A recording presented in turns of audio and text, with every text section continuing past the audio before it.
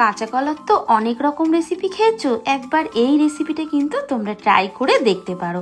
আমার মনে হয় তোমাদের ভীষণ ভালো লাগবে। কাঁচা কলার এই রেসিপিটা একদম নিরামিষভাবেই তৈরি হবে।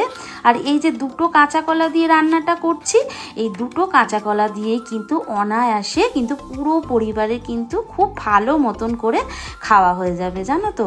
তো এই কাঁচা কলা দুটো কেটে নিয়ে তার মধ্যে একটু জলের মধ্যে হলুদ দিয়েছিলাম, আর আলুও দুটো দিয়েছি। এই আলু আর কাঁচা কলা সেদ্ধ করে নিলাম। আর কাঁচা কলা যে জলের মধ্যে সেদ্ধ করার সময় হলুদ দিয়ে দিলে কিন্তু কাঁচা কলার রঙটা যে কালচে কালচে মতো হয়ে যায়, সেটা কিন্তু একদম হয় না। তাই কাঁচা কলা সেদ্ধ করবার সময় একটু হলুদ দিয়ে সেদ্ধ করবে, এটা আমি আমার মায়ের থেকে কিন্তু শিখেছি। তো এরপর কাঁচা কলা সেদ্ধ করে নিয়ে খোসাগুলো ছাড়িয়ে নিয়েছি। কাঁচা কলাটা সবসময় চেষ্টা করবে একটু কড়াইতেই সেদ্ধ করা। প্রেশার কুকারে সেদ্ধ করা যেত, করলাম না, কারণ কি বলো তো, খুব বেশি সেদ্ধ হয়ে গেলে কিন্তু রান্নাটা করতে একটু মুশকিল হয়ে যাবে। আর এই দেখো মুগ ডাল এখানে আমি একটু ভিজিয়ে রেখেছিলাম, 100 গ্রাম মতন হবে। সেই মুগ ডালটা ভিজিয়ে রেখেছি মোটামুটি 1 ঘন্টা আগে। সেই মুগ ডালের মধ্যে জলটা ভালো করে ফেলে দিয়ে তার মধ্যে কাঁচা লঙ্কা আর একটু আদা দিয়ে জল ছাড়া পেস্ট করব, একদম একটু শুকনো শুকনো পেস্ট করবে, অনায়াসে হয়ে যাবে। এরপর কাঁচা কলার মধ্যে পেস্টটা ঢেলে নিয়ে স্বাদ মতো নুন, হলুদ গুঁড়ো, লঙ্কা গুঁড়ো আর জিরে গুঁড়ো, সরি লঙ্কা গুঁড়োটা দিইনি, কাঁচা লঙ্কা তো আগেই পেস্ট করেছি, তাই আর গুঁড়ো লঙ্কাটা কিন্তু দিইনি, বলতে একটু ভুল হয়ে গেছিলো। তো ভালো করে মেখে নিয়েছি। মেখে এদিকে কড়াইতে একটু সর্ষের তেল গরম করে নিয়ে তার মধ্যে একটু সাদা জিরে আর একটু হিং ফোড়ন দিয়ে নিয়েছি। হিং ফোড়ন মানে ভাজা ভাজা একটু ফোড়নটা গন্ধ বেরোলেই তোমার যে মেখে রাখা পেস্টটা ছিল কাঁচা কলা, সেটা দিয়ে দিলাম। দিয়ে এটাকে একটু নাড়াচাড়া করে নেব, মানে একটু ভেজে নেব। সবসময় চেষ্টা করবে এরকম একটা ননস্টিকের পাত্রের মধ্যে করতে, তাহলে কি হয় বলো তো, নাড়াচাড়া করতে সুবিধা হবে, আটকে যাবে না। আর এইভাবেই যখন একটা ডো মতন হয়ে যাবে, মানে কড়াই থেকে ছেড়ে আসবে, তখন মনে করবে যেটা একদম তৈরি হয়ে গেছে। এরপর এটাকে একটা তেল মাখানো পাত্রের মধ্যে আমি এটাকে ঢেলে রাখলাম। ঢেলে একটু চৌকো মতন শেপ দিয়ে দিচ্ছি হাতের সাহায্যে, কারণ কি আমি একটু এগুলো যে কাটবো না ধোকাগুলো, একটু চৌকো শেপেই কিন্তু তৈরি করব। তাই একটু চৌকোভাবে হাত দিয়ে করে নেওয়ার পর পিস পিস করে এইভাবে কেটে নেব। অনেকে কিন্তু ডায়মন্ড শেপও করে থাকে, তো তোমাদের যেমন মর্জি সেই মতন কিন্তু এটাকে কেটে নিতে পারো। তো আমি এইভাবে চৌকো চৌকো করেই কেটে নিয়েছিলাম।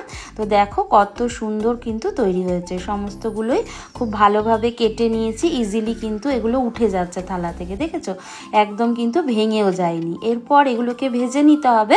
তার জন্য দেখো একটু কড়াইতে সর্ষের তেল গরম করে নিয়ে ধোকাগুলো দিয়ে দেব।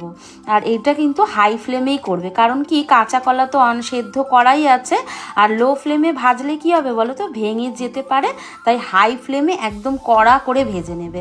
আর আমি এটা সর্ষের তেলে করছি, তোমরা চাইলে কিন্তু সাদা তেলেও এটা করে নিতে পারো। আর ভালো করে একটু মানে একটু ডিপ করে ভেজে নেবে। তারপর ওই একই তেলের মধ্যে গোটা গরম মশলা, শুকনো লঙ্কা, তেজপাতা, সাদা জিরে ফোড়ন দিয়ে নিলাম। দিয়ে নিয়ে এরপরে দিয়ে দেবো 1 থেকে 1.5 চামচ মতন আদা বাটা। একটু আদা বাটাটা ভাজা ভাজা করে নিয়ে একটা টমেটোকে পেস্ট করে রেখেছিলাম, সেইটাই দিয়ে নিলাম।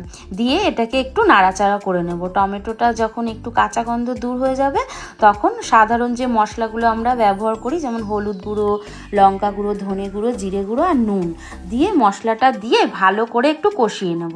তোমরা চাইলে এটা কিন্তু আমিষভাবেও করতে পারো, আমিষভাবে অর্থাৎ পেঁয়াজ টেয়াজ দিয়ে, সেটাও কিন্তু ভীষণ ভালো লাগে।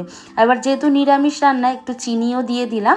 মশলাটা কিন্তু খুব ভালোভাবে কষাতে হবে, প্রয়োজনে কিন্তু একটু জল দিয়ে দিয়ে মশলাটাকে কষাতে হবে।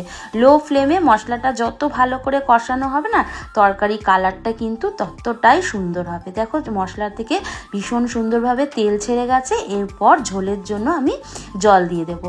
আমি এখানে 2 বাটি জল ব্যবহার করেছি। কি বলো তো, ডালের রান্না তো ঝোল কিন্তু অনেকটাই টেনে যাবে, তাই একটু জল বেশি দিলাম।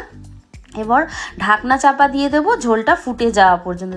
ঝোলটা যখন খুব ভালোভাবে ফুটে যাবে, তখন কি করব, যে ধোকাগুলো ভেজে রেখেছিলাম সব দিয়ে দেব।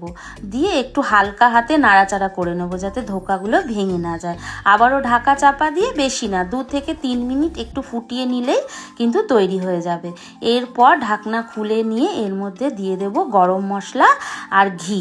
যেহেতু নিরামিষ রান্না, তাই গরম মশলা আর ঘি দিলে না রান্নার স্বাদটা কিন্তু বেশ ভালো ভালো লাগে। তাই শেষে একটু ঘি গরম মশলা দিয়ে নেওয়ার চেষ্টা করবে। এরপর হালকা হাতে নাড়াচাড়া করে নেব। এরপর মানে ঘিটাকে একটু মিশিয়ে নেব। এরপর গ্যাস অফ করে ঢাকনা চাপা দিয়ে একটু স্ট্যান্ডিং টাইমে রেখে দেবো। 5 মিনিট মতন স্ট্যান্ডিং টাইমে রাখলেই হয়ে যাবে। দেখো কত সুন্দর কিন্তু কালারটা হয়েছে। এরপর এটাকে ঢেলে নিয়ে সার্ভ করে নেব। ভীষণ সুন্দর হয় খেতে। তোমরা একবার রান্না করে খেয়ে দেখো, আমার মনে হয় তোমাদেরও ভীষণ পছন্দ হবে। আর যদি রান্না করে খেয়ে তোমাদের ভালো লাগে তাহলে অবশ্যই কিন্তু লিখে জানাতে আমাকে ভুলো না। তো আজকে এই পর্যন্তই, দেখা হবে নেক্সট আরও একটা ভিডিওতে। ততক্ষণের জন্য তোমরা সুস্থ